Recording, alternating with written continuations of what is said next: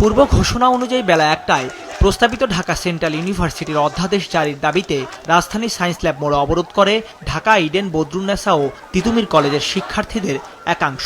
এতে বন্ধ হয়ে যায় যান চলাচল। গত 1 বছর ধরে অধ্যাদেশ দেওয়ার তালবাহানা করে আমাদের বিভিন্ন ষড়যন্ত্র শিকার করতেছে। আমাদেরকে তারা আশ্বাস দিয়ে আসছে, এতটা মাস ধরে আশ্বাস দিয়ে থাকতে তারা দিচ্ছে না। আমরা চাই আমাদের অধ্যাদেশটা খুব তাড়াতাড়ি দেওয়া হোক আর আমাদের হেনস্থা থেকে মুক্তি করা হোক। আমরা এই পরিচয়হীনতায় চলতে পারতেছি না।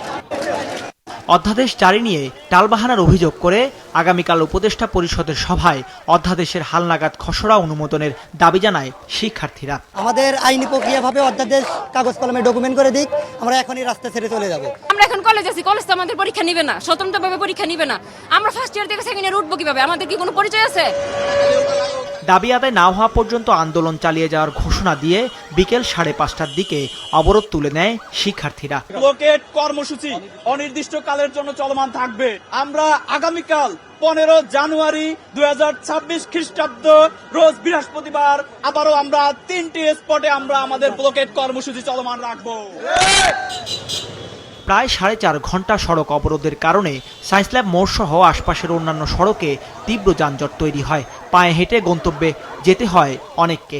প্রায় 2 ঘন্টা 2.5 ঘন্টা হচ্ছে, এখন পর্যন্ত কোনো যেতে পারলাম না। এখানে আছি, আমি যাবো সামান্য 10-এ, ধানমন্ডির 10-এ যাবো। এই 3টা গাড়ির জন্য আটকা পড়লাম। আমাদের গাড়ি ঘোড়া বন্ধ হয়ে গেছে, আমরা টিপ মারতে পারতাছি না, প্লাস আমাদের বেতন আটকা পড়ে গেছে। মাঠ আছে, যে কোনো জায়গা আছে, কিন্তু রাস্তা সড়কে আটকে রাখবো এটা তো কোনো সম্ভব না। একই দাবিতে প্রায় একই সময়ে রাজধানীর মহাখালী টেকনিক্যাল ও তাঁতিবাজার এলাকায় সড়ক অবরোধ করে বিক্ষোভ করে শিক্ষার্থীরা। পরে বিকেল 3টার দিকে সড়ক ছেড়ে দেয় আন্দোলনকারীরা। এদিকে তেজগাঁও কলেজের শিক্ষার্থী সাকিবুল হাসান রানা হত্যার বিচারের দাবিতে সকাল 11টা থেকে দুপুর পর্যন্ত রাজধানীর ফার্মগেট এলাকায় সড়ক অবরোধ করে বিক্ষোভ করে ওই কলেজের শিক্ষার্থীরা।